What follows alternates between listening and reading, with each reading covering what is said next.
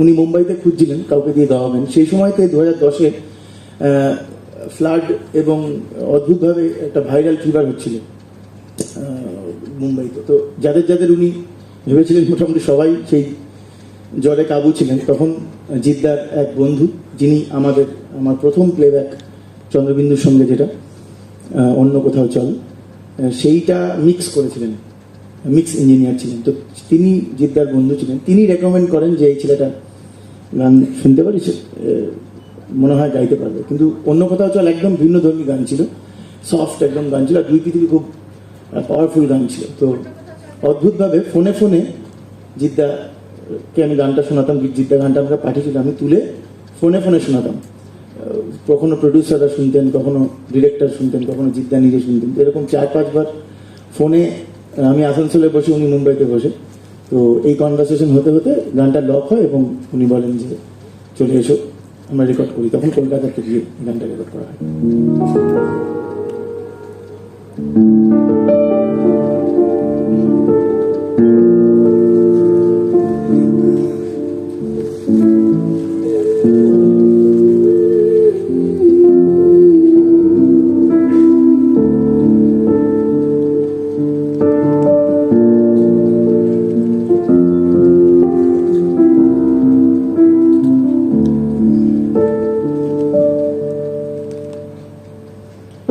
সময়ের আয়নাতে, মনেরই বায়নাতে, কে হলো সঙ্গিকা কে জানে, অচেনা পথের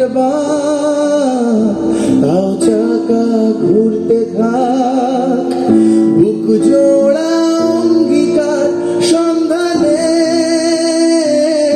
দুই পৃথিবী কিসের চাহিদায় ঘর ছাড়া, দুই পৃথিবী কোন চাওয়া পাওয়ায় দিশেহারা,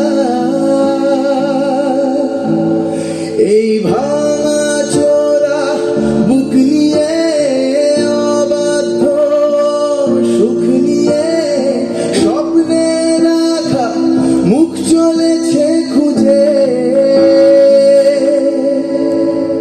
ধোঁয়াশা ধোঁয়াশা ভরা রাস্তাতে নেমেছে রাজ পাখি খালি হাতে, কানামাছি খেলে যায় কার সাথে মুখ বুঝে, দুই পৃথিবী কিসের চাহিদায় ঘর ছাড়া, দুই পৃথিবী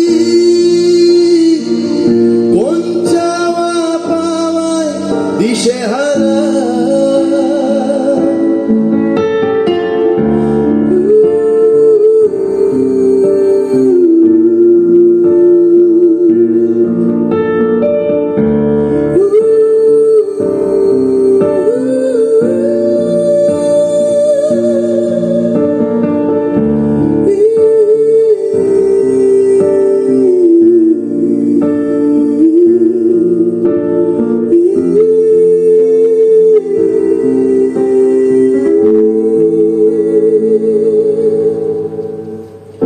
ঘর কানা দুই শালিক, নিজেই নিজের মালিক, পৌঁছে যায় ঠিক বেঠিক কোন পাড়া, পথ ঘাটের ঝড় বদল, চেনালো দিন বদল, স্বপ্নে